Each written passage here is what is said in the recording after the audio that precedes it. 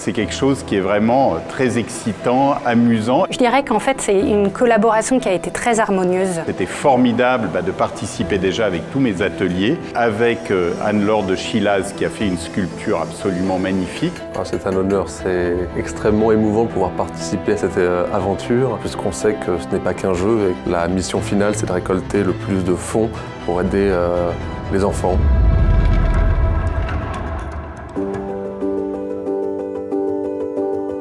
J'ai eu Guillaume Mariot, le directeur adjoint en ligne, qui m'appelle et qui me dit « Florent, j'ai une histoire extraordinaire à te raconter, un livre avec une chasse au trésor, et il y a un bijou, il y a une sculpture, il y a quelque chose de fabuleux, il y a un trésor, et on va le trouver.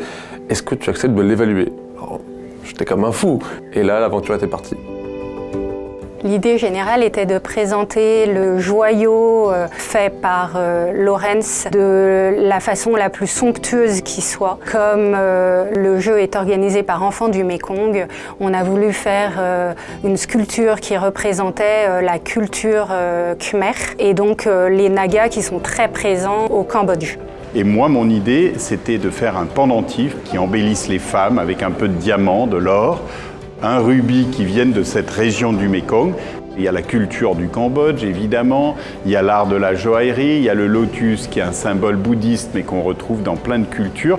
Donc c'est cette addition de tous ces regards qu'on peut avoir sur l'objet qui, à moi, me rend très fier de l'avoir conçu.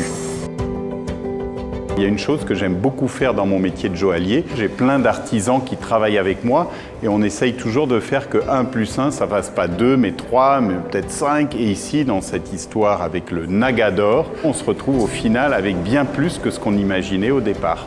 Le regagnant de la chasse au trésor aura le privilège de remporter un ensemble très cohérent de trésors offerts par de nombreuses sociétés et créateurs.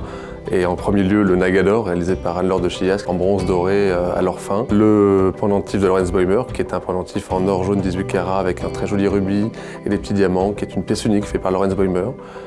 Mais aussi un voyage, billets d'avion et voyage sur place compris. Des objets dérivés de Mont Blanc et beaucoup d'autres choses pour une valeur globale d'environ 50 000 €. Donc c'est un super cadeau.